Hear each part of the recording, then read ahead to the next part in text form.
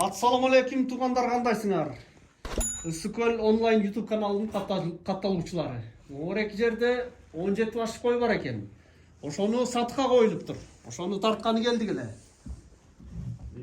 Арасында семиз токтулар да бар экен, сойка жактуу. Туй турган койлор да бар экен, жем салып койгон. Баары сатылат дейт. Көрүңүздөр.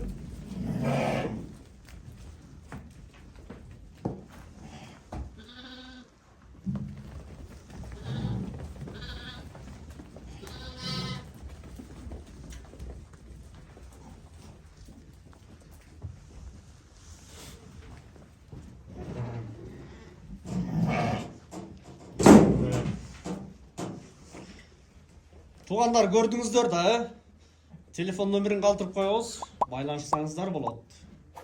Ден соолукта болгула, аман болгула.